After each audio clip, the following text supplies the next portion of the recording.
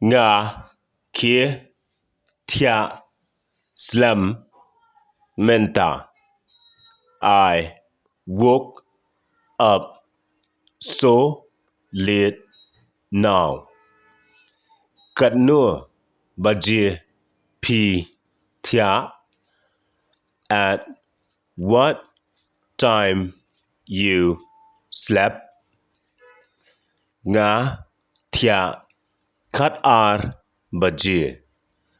I slept at 12 o'clock. Cắt nửa bajia pin lệch tray pat. At what time you will go to work? Ngắn lệch cutway bajia. I shall go at 11 o'clock. Kaba minstamp pin length. You won't go the morning one.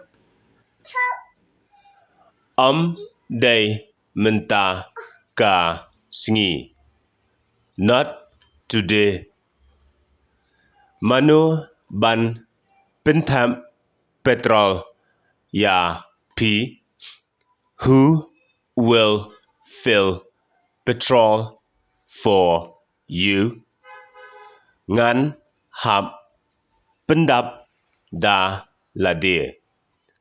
I have to fill it by myself.